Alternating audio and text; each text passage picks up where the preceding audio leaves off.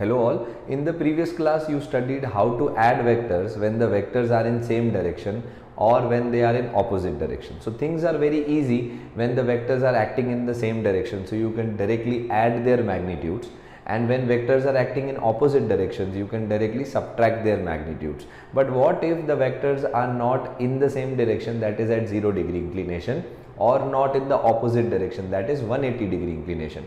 In such cases we need to learn how to find out the resultant of the two vectors, that is how to add the two vectors, or in case more than two vectors. So in this video we are going to cover the methods of addition. Let us start one by one. So resultant, if you want to find out, it can be found out by the following method. So there are multiple methods that we will learn and understand each one of them. The first method is known as the graphical method. It is using graphs. Of course we do not have graphs in our syllabus, but we will still try to do it on the paper itself.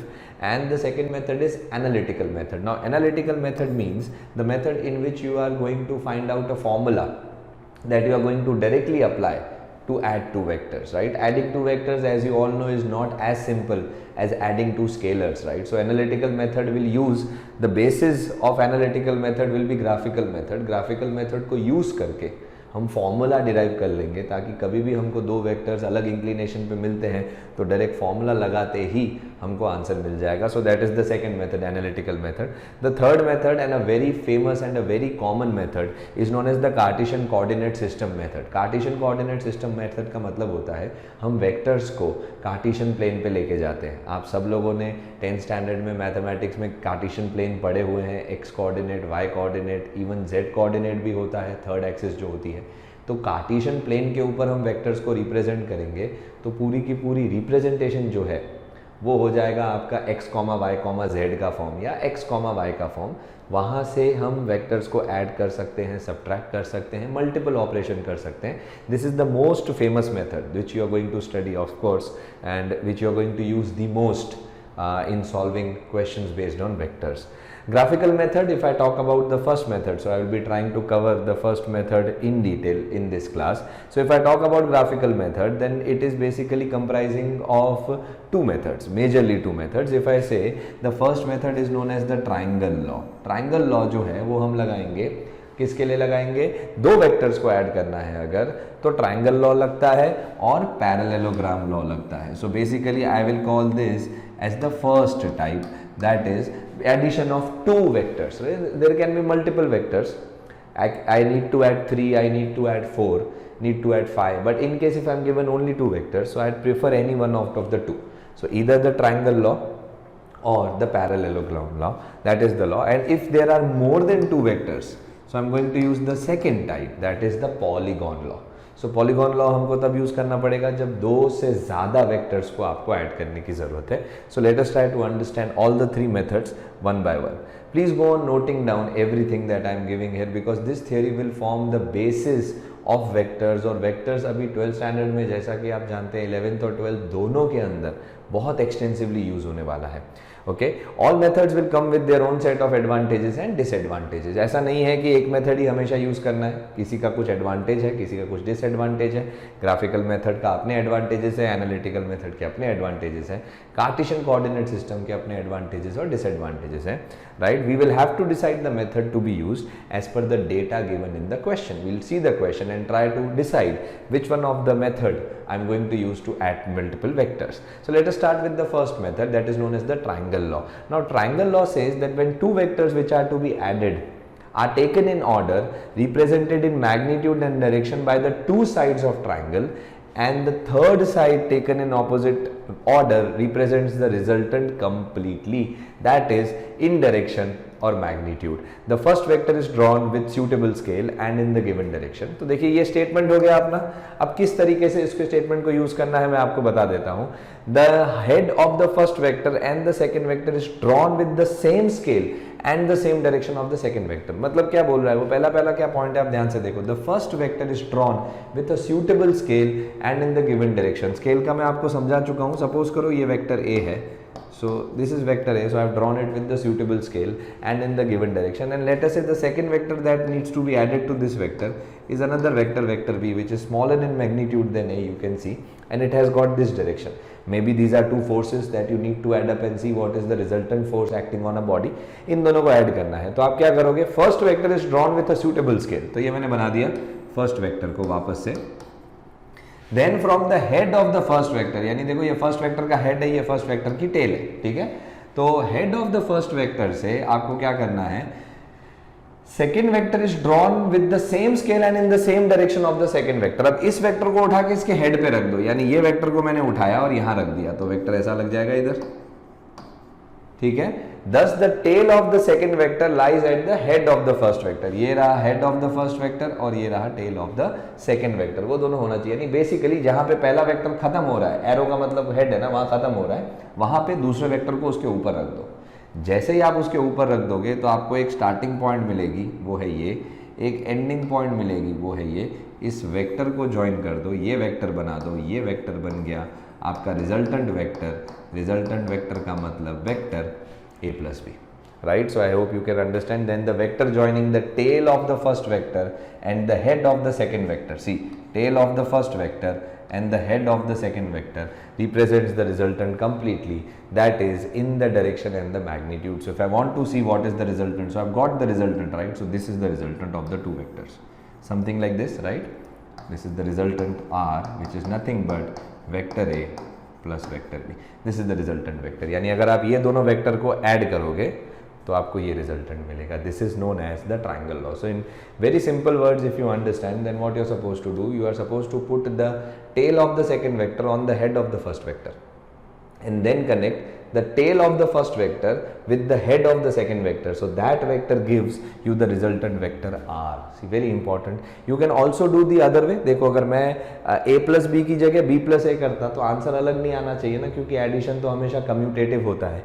तो देखो मैं b plus a करके दिखाता हूँ। तो b plus a कैसे करूंगा, पहले मैं b वेक्टर को उठाऊंगा, तो ये मैंने उठाया पहले b वेक्टर को, ध्यान से देखना। अब क्या करूंगा, a वेक्टर को उठाऊंगा और रखूंगा b के हेड पे, because I am now doing b plus a। तो b प्लस a में पहला वेक्टर b है, तो b को उठा के रख दिया। अब इसमें a को ऐड करना है, तो जिस वेक्टर को ऐड करना होता है उस वेक्टर के टेल को पहले वेक्टर के हेड पे रखना होता है। तो ये वेक्टर को उठा के अपन यहाँ रखते हैं, तो ये वेक्टर को उठा के हमने यहाँ रख दिया। So this is vector a। So how do you draw the resultant? So resultant will be drawn from the tail of the first vector to the head of the second vector, right? So this will become the resultant r, which is nothing but b plus a। If you see very carefully, this vector is nothing but this vector, right? So if I draw this vector, you can see nothing but these are equal vectors। एक ही बात है ना, this is also the same resultant b plus a। So right, so it is irrelevant which vector you take first। ऐसा नहीं है कि sir b को पहले लूंगा तो अलग बनेगा, क्या नहीं, डायग्राम अलग बनेगा, ट्राइंगल अलग बनेगा, लेकिन जो रिजल्टेंट बनने वाला है दोनों केस में वो एकदम सेम बनता है। आप देख सकते हो, this method is known as the triangle method, right? See very carefully, note down, pause it and note down। Next comes the triangle law only, but how to do subtraction in this case, right? Subtraction अगर आता है vectors का, so basically subtraction is nothing but addition of vector to the negative of vector। Now suppose if I am asked to add a plus b, a and b, so I write like this। But what if I am asked to subtract? So if I am asked to subtract a and b, so I can write it like this, a plus minus b। So I am not going to do any change, or only thing in subtraction I am going to basically add the two vectors, but I am going to add a with the negative of b। b के उल्टे से add करूंगा। जैसे मैं आपको last वाला example करके दिखा देता हूँ, आप लोगों ने तो डायग्राम बनाया होगा, मैं रीड्रॉ कर देता हूँ। ये वेक्टर था हमारा, वेक्टर a ऐसा था, और वेक्टर b मैंने कुछ इस तरीके से बनाया था, ये वेक्टर b था।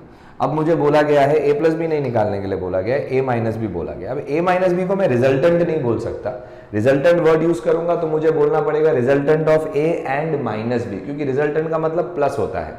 अब इसमें मुझे a माइनस बी निकालना है, तो सबसे पहला काम मैं क्या करूंगा, b को उल्टा कर दूंगा। तो देखो ये b है, तो माइनस भी ऐसा बन जाएगा वेक्टर। अब देखना ध्यान से, आप लोग भी बना दो, एकदम इसके पैरेलल होना चाहिए, बट डायरेक्शन बिल्कुल ऑपोजिट होना चाहिए। अब हमें अगर रिजल्टेंट निकालना है, so basically we are going to add this vector along with this vector. इन दोनों का रिजल्टेंट ले लेंगे, यानी a और माइनस b का रिजल्टेंट ले लेंगे, तो हमें a माइनस बी मिल जाएगा। तो आप देखो मैं बना के दिखाता हूँ आपको कैसे बनेगा। तो ये बन गया हमारा वेक्टर a। अब इसमें b को ऐड नहीं करना है, माइनस b को ऐड करना है। इस वेक्टर को उठा के इसके हेड पे रख दो, तो ये हो गया माइनस बी। अब ये स्टार्टिंग पॉइंट और ये एंडिंग पॉइंट, इन दोनों को ज्वाइन कर दो, तो ये मिल गया आपको resultant of a and minus b. अब ध्यान से देखना, जब भी मैं रिजल्टेंट बोल रहा हूं ना तो मैं पीछे ये वर्ड ऐड कर रहा हूं कि ए और माइनस बी का रिजल्टेंट है। Otherwise, I should not be calling it as resultant. I would rather write it as vector S, which is nothing but equal to A minus B. So it is basically the subtraction of the two vectors. So the resultant of A and minus B, or the vector S, which is equal to A minus B, is nothing but a vector like this. This is nothing but A minus B. So this is basically how you are going to subtract two vectors. So basically keep in mind, subtraction is nothing but addition of a vector and a negative vector. Consider two vectors which are to be subtracted as shown. These are the two vectors that you need to subtract. The resultant will be found. The first vector is drawn with proper scale and in a given direction. पहला vector बना दिया हमने proper scale और given direction में. फिर then from the head of the first vector, a vector is drawn with the same scale. See very carefully, I am not changing the magnitude, right? Magnitude does not change, but in the opposite direction of the second vector. यानी basically b की जगह minus B रखना है. तो देखो magnitude b और minus B का same होता है ना, बट डायरेक्शन क्या हो जाता है, ऑपोजिट. उसी तरीके से the vector joining the tail of the first vector and the head of the second vector represents the resultant completely, that is in the direction of magnitude. Please note down, represents the resultant of a and minus b, right? Represents the resultant of a and minus b completely, that is in the direction and magnitude. So basically this is how you use the triangle law. So very obvious, right? Very simple. triangle law किस तरीके से use करना है याद रखो. Addition और subtraction में कोई फर्क नहीं है. एडिशन आता है तो दोनों वेक्टर्स को एज इट इज ऐड कर देंगे. सब्ट्रैक्शन आएगा तो पहले वेक्टर को दूसरे वेक्टर के नेगेटिव से ऐड कर देंगे, तो सब्ट्रैक्शन ऑफ टू वेक्टर्स हो जाएगा. Let us move to the second method of the graphical method, that is the parallelogram law. Now what does parallelogram say, right? It is similar if two vectors are represented in direction and magnitude. Please note down the statement. By two adjacent sides of parallelogram, then the resultant is given in magnitude and direction by the diagonal of the parallelogram starting from the common point of the adjacent side. Now I'll give you the same example again. So you keep on using that vector only which we have used in the starting triangle only. ठीक है? So this is vector A. ऐसा कुछ था vector A. और मैंने vector भी ऐसा बनाया था, ये वेक्टर बी था. अब सपोज इन दोनों को मुझे ऐड करना है. Now I am going to add them using the parallelogram law. तो पैरेललोग्राम लॉ क्या बोलता है कि आप पहले क्या करो, दोनों वेक्टर को पैरेललोग्राम की साइड्स बनाना है हमको. तो पहले मैं वेक्टर ए को उठा लेता हूँ. तो ये उठा लिया मैंने वेक्टर ए. अब वेक्टर बी को क्या है, कॉमन पॉइंट पे रखना है. अब इसको हेड पे नहीं रखना है, इसको टेल पे रखना है. ठीक है, तो टेल पे बी को रख दो तो पैरेललोग्राम ऐसा कुछ बनेगा. ये बी बना दिया मैंने, यहाँ रख दिया, तो ये बन गया बी. ठीक है, रख दिया. अब इसको पैरेललोग्राम को कंप्लीट कर दो. तो पैरेललोग्राम को कंप्लीट करोगे तो ये बनेगा इसके इक्वल, ये बनेगा इसके equal. So this is the complete parallelogram. Now the vector which is nothing but the diagonal, see very carefully, resultant vector क्या है, diagonal of the parallelogram starting from the common point of the adjacent side. Common point of the adjacent side यानी ये common point जो है, यहाँ से start होता हुआ जो वेक्टर है वो डायगोनल, ये डायगोनल नहीं. ठीक है, ये डायगोनल नहीं, डायगोनल वो कॉमन वाला है, यानी जो दोनों के टेल के वहां पे है. इस डायगोनल को उठा लो. ये जो बना हमारा, ये बन गया हमारा resultant which is nothing but a plus b. You can check if I take this vector separately and if you verify it is the same vector that we had got from the triangle law also. यही मिला था triangle law से. कुछ इस तरीके से आपको parallelogram law को यूज करना होता है. Now imagine if I were told not to add but to subtract a and b. So what would I have done? मैं पहले वेक्टर a बनाता. Okay, so this is vector a. अब मैं tell पे b नहीं रखता क्योंकि मुझे ऐड करना है a और माइनस b को. तो टेल पे मैं क्या रखता, माइनस b. तो माइनस b कुछ ऐसे बनता, देख लो, ये b है, ये माइनस b है, तो ये माइनस b बन गया. ये हो गया इनका कॉमन पॉइंट. अब पैरेललोग्राम कंप्लीट कर लेते. तो ये हो गया पैरेललोग्राम कंप्लीट. अब कॉमन पॉइंट से डायगोनल बना दो. तो ये बन गया डायगोनल. ये जो डायगोनल बना, this is nothing but, sorry, this, ये जो डायगोनल बना, this is nothing but vector s which is equal to a minus b. So more or less you should get clear how to add two vectors using the parallelogram law. These are the points, the steps, right? The first vector is drawn with a suitable scale and in the given direction. So a को बना दिया हमने. From the tail of the first vector, the second vector is drawn with the same scale and in the same direction of the second vector, right? तो tail से अब आपको second vector को बनाना है, एकदम वैसे बनाना है, मैग्नीट्यूड डायरेक्शन. ये तो आप पहले से जानते हैं कि वेक्टर को मूव करो कोई प्रॉब्लम नहीं है, लेकिन मूवमेंट के टाइम पे वेक्टर का मैग्नीट्यूड नहीं बदलना चाहिए, वेक्टर का डायरेक्शन नहीं बदलना चाहिए. तो बस उसको उठा के टेल पे रख दो. Thus the tail of the second vector lies at the tail of the first vector. Now this is the difference between the method of triangle and the method of parallelogram. A parallelogram is completed by drawing lines parallel to the vectors through the heads of the vector and then the diagonal passing to the common tail. See, this is what I told you, right? Remember, it is the common tail. Don't take the other diagonal because that is not the correct resultant, right? The common tail represents the resultant completely, that is in the direction and in the magnitude. Please pause and note down all the important points, okay? I hope you are clear with the method of parallelogram. How to add two vectors using triangle, how to add two vectors using parallelogram. Understand it very nicely because they are going to be used a lot in future. Let's move further. Next comes the polygon law. Now polygon law is a law that I am going to use when I am given more than two vectors, right? जरूरी नहीं है ना कि हर बार दो ही vector को add करने के लिए एक बॉडी के ऊपर 3 फोर्स लग सकती है, 4 लग सकती है, 8 फोर्सेस लग सकती है. तो अगर रिजल्टेंट ग्राफिकल मेथड से निकालना है तो ट्रायंगल और पैरेललोग्राम तो नहीं चलेंगे. So definitely I have to move on to the next method, that is the polygon law.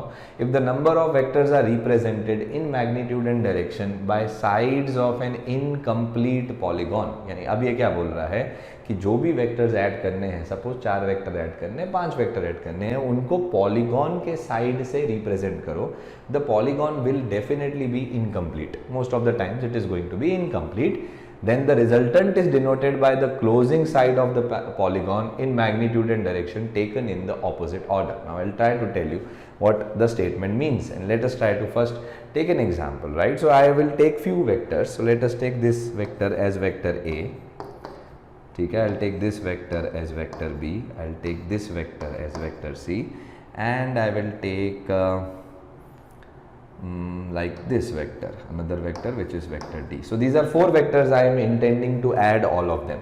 So now what the method says that the first vector is drawn with the suitable scale. तो आप पहले vector को उठा लो, ये रहा पहला vector, ये बना दिया वेक्टर A. ठीक है, फिर क्या बोल रहा है, from the head of the first vector the second vector is drawn with the same scale and in the same direction of the second vector.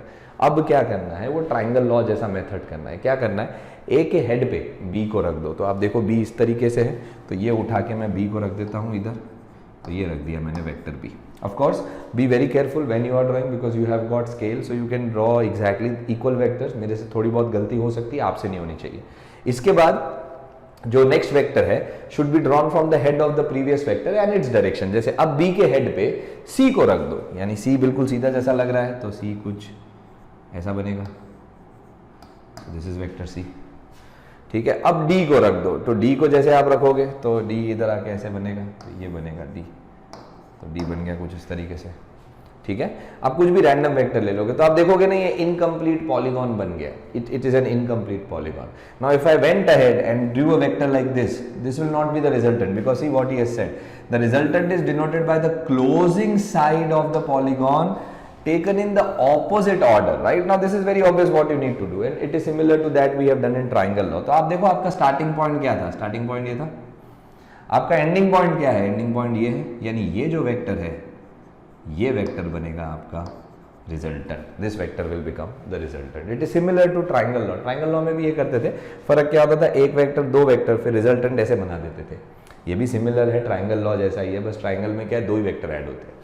Polygon में क्या होता है, एक वेक्टर रखा, उसके हेड के ऊपर दूसरा, फिर उसके हेड के ऊपर तीसरा, उसके हेड के ऊपर चौथा, उसके हेड के ऊपर पांचवा, ऐसे सब रख दो. रखने के बाद जो आपकी स्टार्टिंग पॉइंट थी यानी tail of the first vector, और जो एंडिंग पॉइंट है यानी head of the last vector, उस वेक्टर को बना दो. That is nothing but the resultant of all the vectors that you have taken. So this method is known as the polygon law. I hope you are clear. Please note down the points.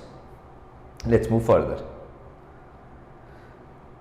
Then every vector joining the tail of the first vector and head of the last vector represents the resultant completely, that is in the direction and magnitude, right?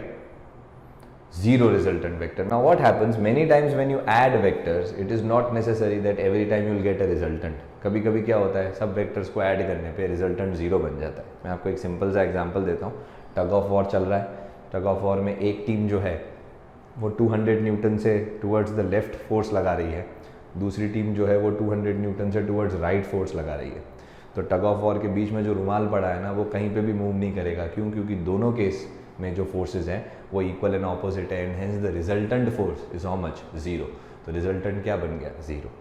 तो ये तो example simple हुआ 2 vectors का. ऐसे ही 3 vectors का भी resultant 0 बन सकता है, 4 का भी 0 बन सकता है, 5 वेक्टर्स का भी 0 बन सकता है। तो रिजल्टेंट 0 कब है, कैसे पता चलता है, तो उसको करने के लिए मैं आपको एग्जांपल देता हूँ। On adding the vectors graphically, if the final vector's head touches the first vector's tail, क्या होगा, आप जब वेक्टर्स ऐड करते जा रहे हो ना, सडनली आप रियलाइज करोगे कि यार ये वेक्टर्स को ऐड करते करते जहाँ से मैंने शुरुआत की थी ये तो वेक्टर वहीं आके ख़त्म हो गया।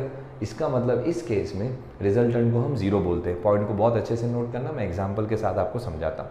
Suppose case 1, I am taking a 0 resultant case for 2 vectors and just now I gave you an example. The example was when there are 2 forces acting in opposite direction. So let us say this is a force of 200 Newton acting towards right. This is the force, another force of 200 Newton which is acting towards left.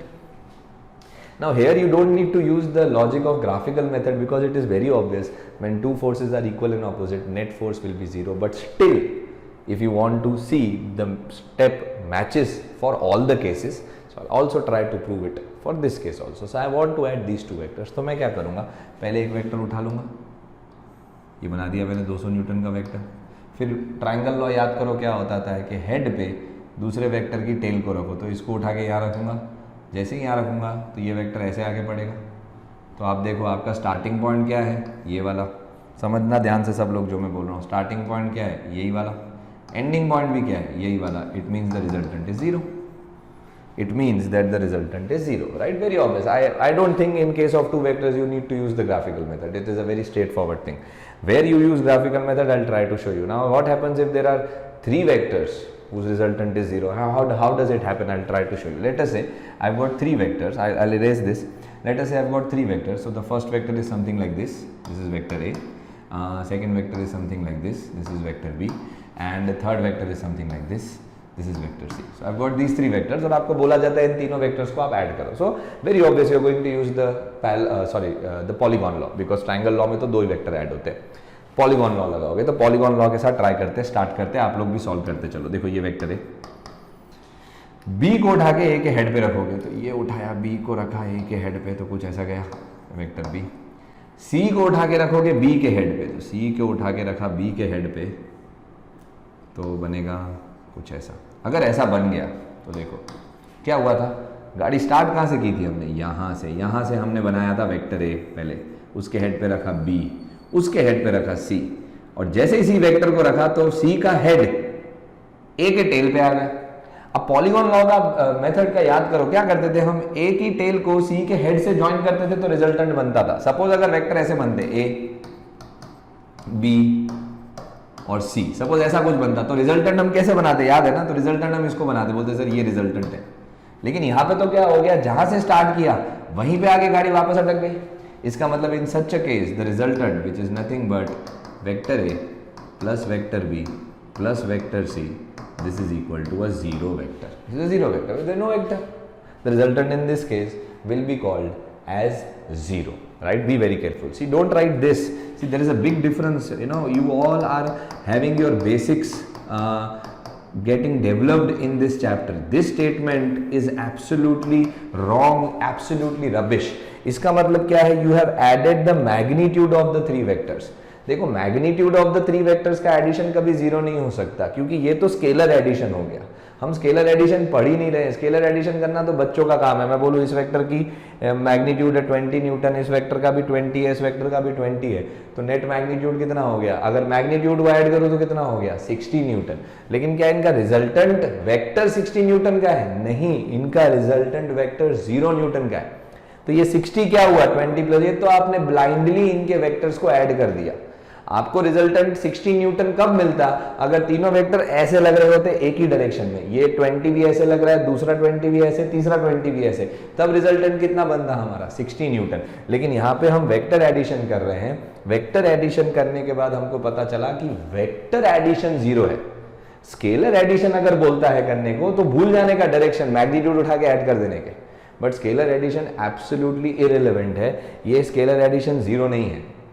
Right, this statement is absolutely wrong and this is not what we are studying. We are studying this. We are studying how to add vectors. Scalar को add कराना तो बचपन में आप 3rd 4th standard में सीख चुके हैं. हम पढ़ रहे हैं किस तरीके से वेक्टर्स को ऐड करना है. और 3 वेक्टर्स को ऐड करने पे अगर starting point of the first vector and the ending point of the third vector happens to be the same point, it means that the net force or the net vector, resultant vector, is going to be a zero vector, right? What happens in more than 3 vectors? We'll take an example very quickly. Let us take an example. So let us say that this is vector A. एक ऐसा vector ले लेते हैं vector B, फिर एक ऐसा ले लेता हूँ C, और कुछ ऐसा वेक्टर आके वापस शायद इन सब का रिजल्टेंट कैसे बनता देखो। तो सपोज करो मैं पहले ये वेक्टर लेता हूँ, तो ये वेक्टर ऐसे बन गया, फिर B को उठा के इसके हेड पे रखूँगा तो B कुछ ऐसा बना, फिर C को उठा के इस पे हेड पे रखूँगा तो C कुछ ऐसा बना, फिर D को उठा के इसके हेड पे रखूँगा और D कुछ ऐसा बना। अब अभी सपोज करो, ठीक है, ऑब्वियस ही चीज़ है, मैं वेक्टर्स को तो बना नहीं सकता उस तरीके से कि हमेशा एंड हो, बट मोर और less giving you an idea that the point from where I started the polygon law, I have ended up at the same point. So in this case also the resultant of all the 4 vectors, that is A, B, C and D, has to be a zero vector. So these are the cases, right? So graphically it is very easy to identify whether the sum of the 3 vectors is 0 or not, and the logic is very simple. If you are starting from the point and coming back to the same point, going in the same direction, it means that the resultant is 0. I'll take very quickly few examples just to make you revise when is the resultant 0 and when is the resultant not 0. So आप लोग मेरे साथ diagram बनाओ और खुद सोच के देखो कि किस केस में रिजल्टेंट 0 है, किस केस में रिजल्टेंट 0 नहीं है। सपोज करो मुझे एक ऐसा डायग्राम दिया हुआ है, एक ऐसा डायग्राम दिया हुआ है, ठीक है, ये वेक्टर में इसको बोल देता हूँ A, इसको बोल देता हूँ B, इसको बोल देता हूँ C, इस वेक्टर में इसको बोल देता हूँ A, इसको बोल देता हूँ B और इसको बोल देता हूँ C. Now if I am given these 2 types of vector, I will try to look at the diagram and comment on what the diagram is conveying to me. So if you see very carefully, in the first diagram if I see, then I can see that C जो vector है, C vector जो है, उसके head पे A vector पड़ा हुआ है। Can you see? C vector के हेड पे A वेक्टर पड़ा हुआ है, तो डेफिनेटली C और A को ऐड किया गया है, क्योंकि अगर एक के हेड पे दूसरे की टेल है, इसका मतलब वो दोनों वेक्टर ऐड हुए हैं। और अगर आप और ध्यान से देखोगे तो ये C वेक्टर फर्स्ट वेक्टर था, उसकी tail, A vector second vector था, उसका हेड को ज्वाइन करता हुआ वेक्टर जो है, वो वेक्टर B है। तो बेसिकली इस स्टेटमेंट से मुझे पता चलता है कि C plus A is nothing but vector B. And you see, it is very obvious. I'll tell you the shortcut, right? The shortcut is you try to go in the direction of arrow. So देखो पहले arrow था, ऐसे गया, फिर ऐसे गया। अब ऐसे नहीं जा पा रहा हूँ क्योंकि arrow तो इस तरफ है ना। देखो B वाला arrow तो ऐसे है। So you can see it is not completing a loop. Loop complete नहीं होना ना, क्योंकि ऐसे गया, अब अटक गया, ये तो ऐसे है। So basically इस केस में रिजल्टेंट 0 नहीं होगा। तो रिजल्टेंट 0 नहीं है तो आप देखो कौन से 2 वेक्टर ऐड होके क्या बन रहा है। तो आपको दिख रहा है C के हेड पे A पड़ा है, तो C और A ऐड हो गए, और फिर C के स्टार्टिंग पॉइंट और A के एंडिंग पॉइंट को ज्वाइन करके B वेक्टर बना है, तो definitely B is the resultant of C and A. So the first diagram is conveying that C plus A has got a resultant of B. Now when I come to the second diagram, I can see that the first vector is vector A, उसके head पे C को रखा है। A vector के head पे किसको रखा गया है? C वेक्टर को, यानी डेफिनेटली A में C ऐड हो रहा है, ठीक है। लेकिन आप जब C के हेड को देखते हो तो C के हेड पे B की टेल को रखा गया, यानी डेफिनेटली ये पॉलीगॉन कंटिन्यू हो रहा है, यानी B भी ऐड हो रहा है, यानी A में C ऐड हुआ, C में B ऐड हुआ, और जहां से आपने स्टार्ट किया था वापस वहीं पे आ गया, यानी ये रिजल्टेंट जो है वो 0 वेक्टर है। So in this case, in the second case, the resultant is 0, and the very obvious way of identifying 0 resultant is that if you could remember the method, that it will always form a complete loop. So A vector was drawn like this, then came C vector and then came B vector. तो अगर आप इसमें move करते हो, देखो loop में पूरा move कर सकते हो, यहाँ से स्टार्ट किया, यहाँ पे एंड हुआ, यानी इन सभी वेक्टर्स का रिजल्टेंट कितना है? 0। सपोज करो ऐसा पॉलीगॉन बना के देता है, ये वेक्टर A, ये वेक्टर B, ध्यान से देखना सब लोग, वेक्टर C, ये वेक्टर D, ये वेक्टर E और ये वेक्टर F, इन सब का भी रिजल्टेंट कितना होगा? 0। डेफिनेटली रिजल्टेंट इज 0, क्योंकि यहाँ से अगर मैं स्टार्ट कर रहा हूँ तो रास्ते पे कहीं पे भी लूप कंप्लीट होते मैं वापस उसी पॉइंट पे आ जा रहा हूँ। So it means that I have completed the loop, और आई कैन थिंक A में B ऐड हुआ, B में C ऐड हुआ, C में D ऐड हुआ, D में E ऐड हुआ, E में F ऐड हुआ, और F ऐड होते ही वापस स्टार्टिंग पॉइंट पे आ गया, यानी रिजल्टेंट कितना है? 0। तो इस तरीके से 0 रिजल्टेंट वेक्टर्स को फाइंड करना भी इजी है। तो given a diagram you should be able to identify that which vectors are adding up and giving which vector, and also if the resultant is 0, the diagram will communicate this to you. Only thing is you need to understand how to find out 0 resultant. See, a very similar type of question I am drawing this. Now try to think what is this diagram conveying to you. बहुत ध्यान से देखना और आप खुद सोच के बताओ कि आपको ये डायग्राम क्या कन्वे कर रहा है. मैं आंसर इसका लिख देता हूँ, आप पॉज करके सोचो कि ये डायग्राम क्या कर रहा है. अगर आप ध्यान से देखोगे तो ए वेक्टर में पहले बी ऐड हुआ, बी में सी ऐड हुआ, सी में डी ऐड हुआ, डी में ई ऐड नहीं हुआ है. देखो ई तो ऐसे है, इसने ऐसे बनाया हुआ है. अब यही वेक्टर अगर ऐसे होता तो ये पूरा लूप कंप्लीट हो जाता, रिजल्टेंट 0 हो जाता. अब ऐसा नहीं है. अब आप ध्यान से देखो तो ए में पहले बी ऐड हुआ है, बी में सी ऐड हुआ है, सी में डी ऐड हुआ है. यहाँ पे गाड़ी रुक गई. अब ये स्टार्टिंग पॉइंट है, ठीक है, ध्यान से देखना. ये स्टार्टिंग पॉइंट था, ये एंडिंग पॉइंट हो गया ना, क्योंकि यहाँ पे डी वेक्टर खत्म हो गया और एक वेक्टर बनाया है ऐसा. ये तो पॉलीगॉन लॉ के हिसाब से रिजल्टेंट वेक्टर हुआ, क्योंकि ये तो ओपन पॉलीगॉन बन गया.